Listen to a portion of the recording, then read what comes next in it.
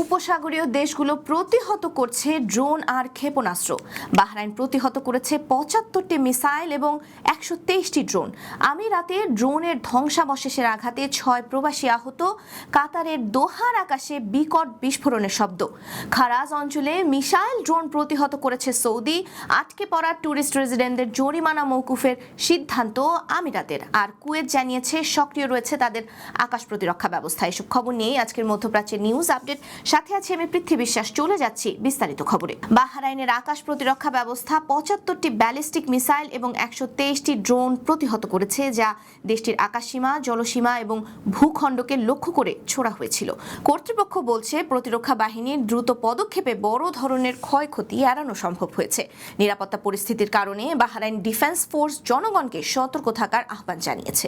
সামরিক অভিযান, সেনা অবস্থান বা সামরিক যানবাহনের ছবি অথবা ভিডিও তোলা এবং তা সামাজিক যোগাযোগ মাধ্যমে প্রকাশ করাকে কঠোরভাবে নিষিদ্ধ করা হয়েছে। বাহরাইনের পররাষ্ট্রমন্ত্রী ইরানের এই হামলাগুলো আন্তর্জাতিক আইন এবং জাতিসংঘ সনদের গুরুতর লঙ্ঘন এবং তা আঞ্চলিক ও বৈশ্বিক নিরাপত্তার জন্য হুমকি বলে অভিহিত করেছেন। এদিকে সামাজিক মাধ্যমে জাতীয় নিরাপত্তা বিঘ্নিত করতে পারে এমন ভিডিও ও তথ্য ছড়ানোর অভিযোগে ৪ জনকে গ্রেফতার করেছে দেশটির পুলিশ।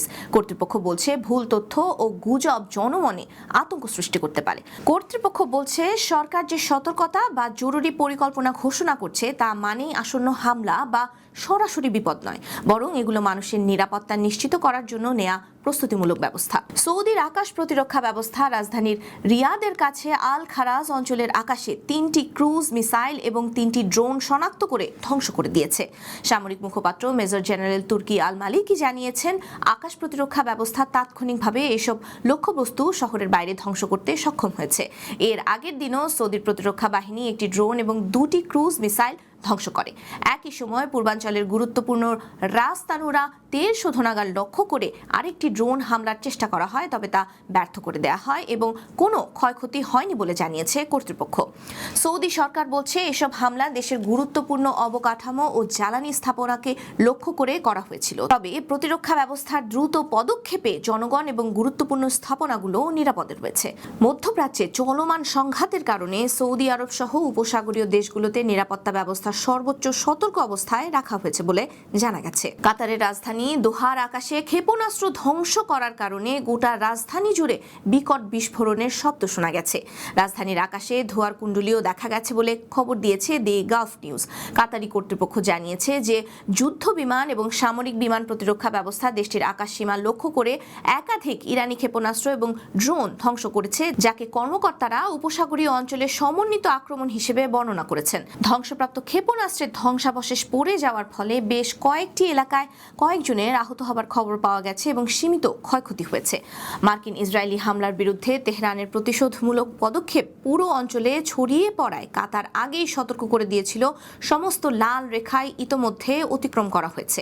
কাতারের স্বরাষ্ট্র মন্ত্রণালয় জানিয়েছে হামলার শিকার আহতদের সংখ্যা বেড়ে 16 জনে দাঁড়িয়েছে, যদিও জরুরি দলগুলি সারা দেশে উচ্চ সতর্কতায় রয়েছে। গোটা কাতারে নিরাপত্তা ব্যবস্থা জোরদার রাখা হয়েছে বলে জানিয়েছে দেশটির গণমাধ্যমগুলো। সংযুক্ত আরব আমিরাতে আবুধাবির ইন্ডাস্ট্রিয়াল এরিয়ার ভূপাতিত ড্রোনের ধ্বংসাবশেষের আঘাতে 6 জন প্রবাসী আহত হয়েছেন। এদের সকলেই নেপাল এবং পাকিস্তানের নাগরিক। আবুধাবির মিডিয়া অফিস জানিয়েছে সফলভাবে ড্রোনগুলো ইন্টারসেপ্ট করার কারণে বড় ধরনের কোনো ক্ষয়ক্ষতি হয়নি এবং আহতরা বড় ধরনের কোনো আঘাতের শিকার হয়নি। আমিরাতের আকাশ সীমা বন্ধ হয়ে যাওয়ায় আটকে পড়া বিদেশি এবং ট্যুরিস্টদের দেশটিতে অতিরিক্ত সময় থাকার জরিমানা মওকুফ করে দেওয়ার ঘোষণা করা হয়েছে।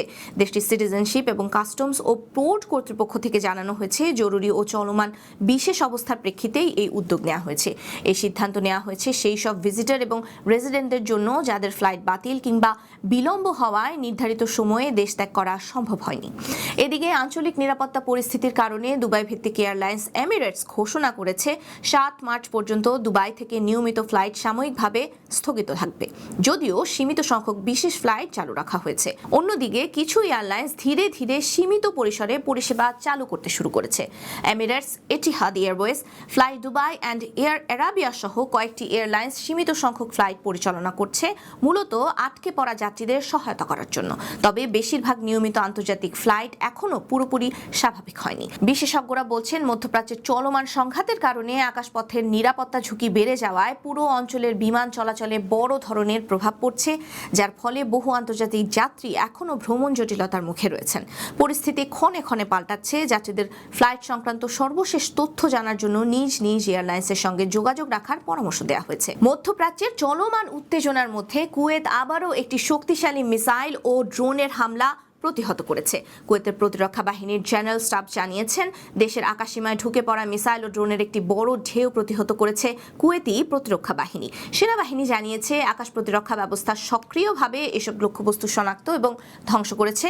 সেই সাথে পরিস্থিতি নিবিড়ভাবে পর্যবেক্ষণ করা হচ্ছে। বর্তমান আঞ্চলিক সংঘাতের ধাক্কা সামাল দিতে কুয়েত সরকার দেশ থেকে সব ধরনের খাদ্যপণ্যর রপ্তানি সাময়িকভাবে নিষিদ্ধ ঘোষণা করেছে। কাস্টমস কর্তৃপক্ষ জানিয়েছে, এই সিদ্ধান্তের লক্ষ্য হচ্ছে দেশের অভ্যন্তরীণ বাজারে পর্যাপ্ত খাদ্য সরবরাহ নিশ্চিত করা, সেই সাথে বাজারের স্থিতিশীলতা বজায় রাখা। দেশটিতে সামাজিক মাধ্যমে সেনাবাহিনীকে নিয়ে আপত্তিকর এবং উপহাসমূলক পোস্ট করার অভিযোগে 3 জনকে গ্রেফতার করেছে কুয়েতের পুলিশ। তদন্তে বলা হয়েছে, এসব পোস্ট জাতীয় নিরাপত্তা এবং সেনাবাহিনীর মর্যাদাকে ক্ষুণ্ণ করতে পারে। মধ্যপ্রাচ্যের চলমান সংঘাতের প্রেক্ষাপটে কুয়েত সহ উপসাগরীয় দেশগুলোতে এখন সর্বোচ্চ সতর্কতা জারি রয়েছে এবং সরকার পরিস্থিতি নিবিড়ভাবে পর্যবেক্ষণ করে যাচ্ছে। এই ছিল আজকের মধ্যপ্রাচ্যের নিউজ আপডেট। আল্লাহ হাফেজ।